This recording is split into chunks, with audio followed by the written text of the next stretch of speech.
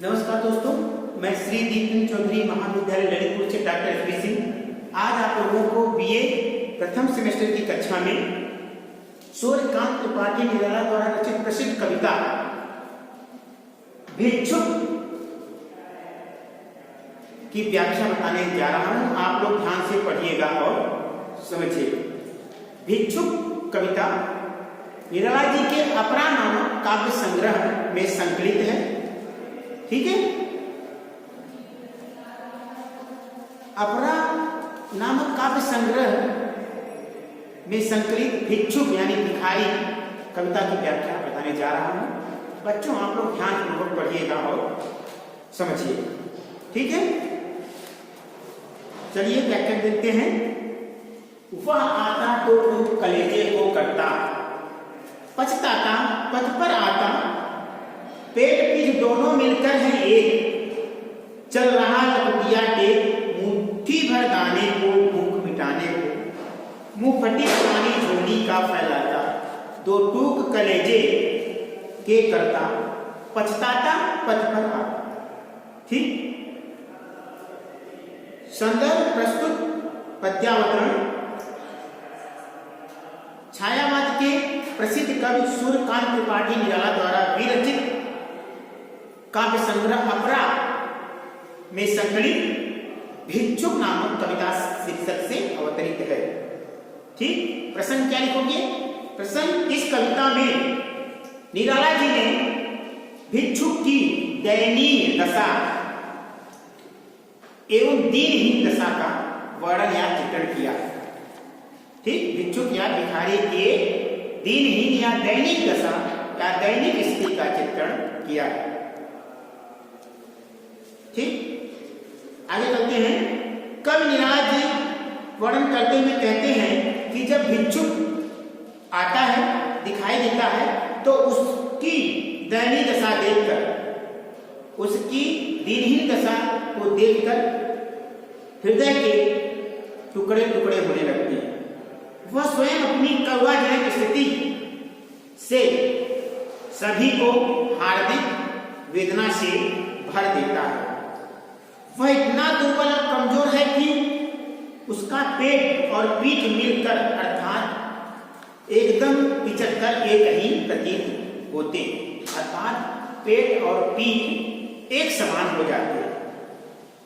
वह अपने कष्टमय जीवन को लेकर, वह अपने दुखमय जीवन को लेकर पछताता रहता है, घबराता रहता है और अपनी लाठी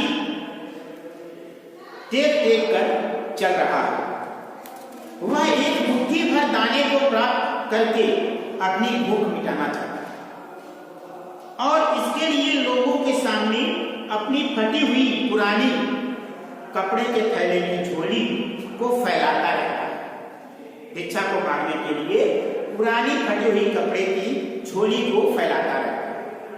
उसकी इस स्थिति को देखकर संवेदनशील व्यक्ति के हृदय के टुकड़े टुकड़े होने लगते हैं।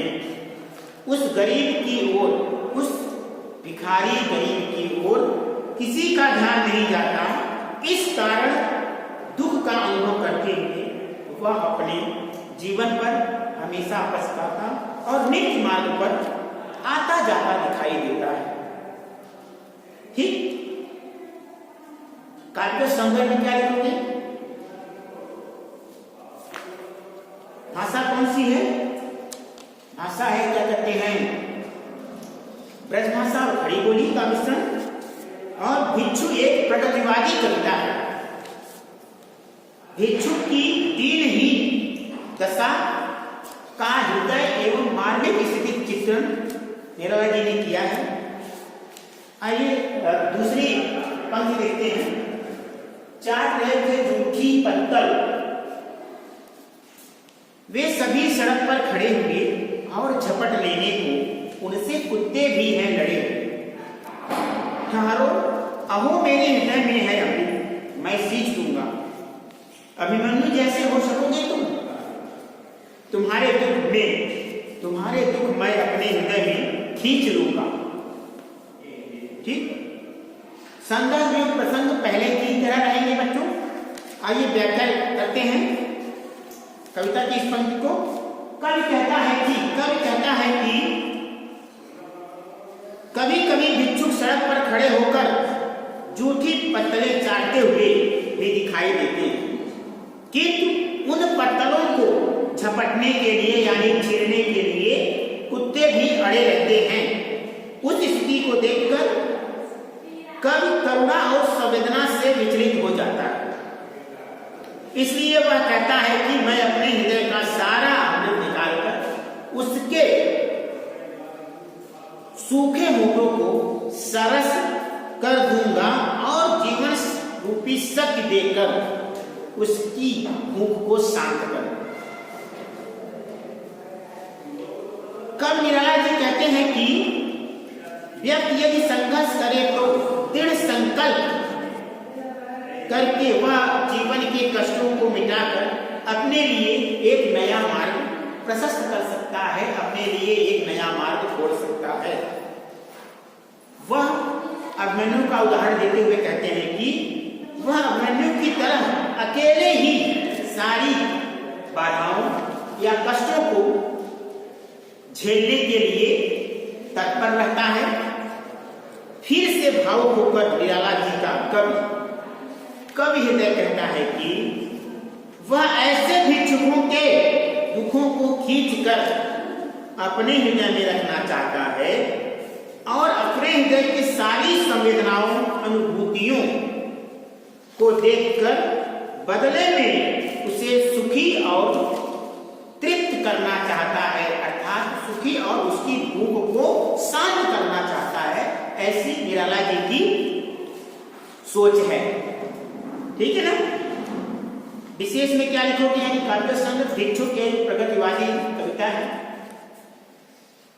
भिक्षुक की दीनहीन दशा का हृदय स्पर्शी एवं मानवीय चित्रण निराला जी ने किया है। भिक्षुक का उदाहरण अभिमन्यु की भांति अकेले बाधाओं को झेल सकता है, इसीलिए अभिमन्यु का उदाहरण दिया गया है। इसीलिए भिक्षुक की तुलना अभिमन्यु से की गई है।